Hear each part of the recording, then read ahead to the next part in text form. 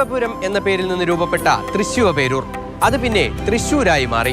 കേരള സംസ്ഥാനം രൂപീകരിക്കുന്നതിന് മുൻപേ ജനിച്ച ജില്ല. വടക്കുംനാഥ ക്ഷേത്രവും അതിനു ചുറ്റുമുള്ള 65 ഏക്കർ മൈതാനവും. ഇവിടെ നിന്നാണ് തൃശ്ശൂരിന്റെ വികസനം തുടങ്ങുന്നത്. ശക്തൻ തമ്പുരാനും പാർക്കുട്ടി നേത്യാരമ്മയും തുടങ്ങിവെച്ച നഗര വികസനത്തിന്റെ പിന്തുടർച്ചയാണ് ഇവിടെ നടക്കുന്നത്.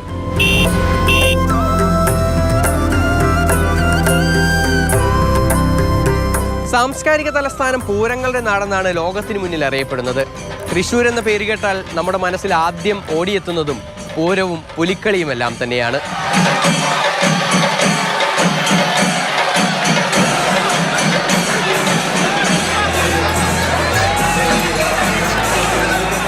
ചരിത്രത്തിന്റെയും സംസ്കാരത്തിന്റെയും സംഗമ ഭൂമി കൂടിയാണ് തൃശ്ശൂർ ജില്ല. അതിലേറ്റവും പ്രധാനം ഐതിഹ്യങ്ങളും ചരിത്രവും തുടികൊട്ടി നിൽക്കുന്ന കൊടുങ്ങല്ലൂരാണ്. പ്രാചീന മുസ്ലിസ് തുറമുഖമാണ് ഇപ്പോഴത്തെ കൊടുങ്ങല്ലൂർ.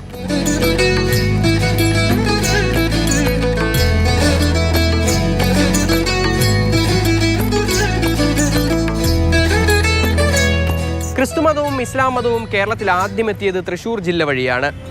ക്രിസ്തുവിന്റെ ശിഷ്യൻ സെന്റ് തോമസ് എത്തിയ പാലയൂർ പള്ളി, ഇന്ത്യയിലെ ആദ്യത്തെ മുസ്ലിം പള്ളി, ചേരമാൻ ജുമാ മസ്ജിദ്.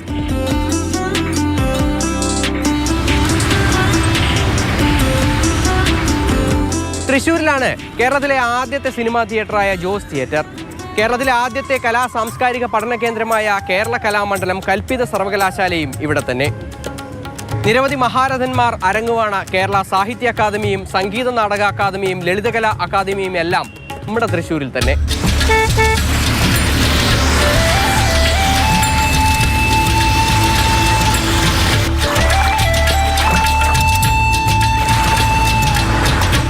സഹസ്രാബ്ദങ്ങൾക്ക് മുൻപേ വിദേശ രാജ്യങ്ങളുമായി വാണിജ്യബന്ധം പുലർത്തിയിരുന്ന ഇടം.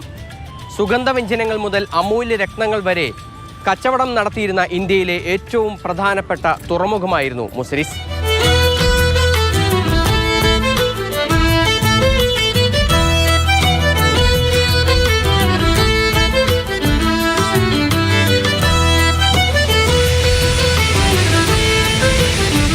ഇന്ത്യയിലെ തന്നെ ഏറ്റവും സമ്പന്നമായ വനമേഖലകളിലൊന്ന് വാഴച്ചാൽ വനമേഖല.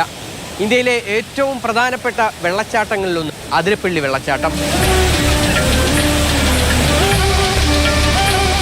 സിനിമാക്കാരുടെ ഇഷ്ട ലൊക്കേഷൻ, അതും തൃശ്ശൂരിലാണ്.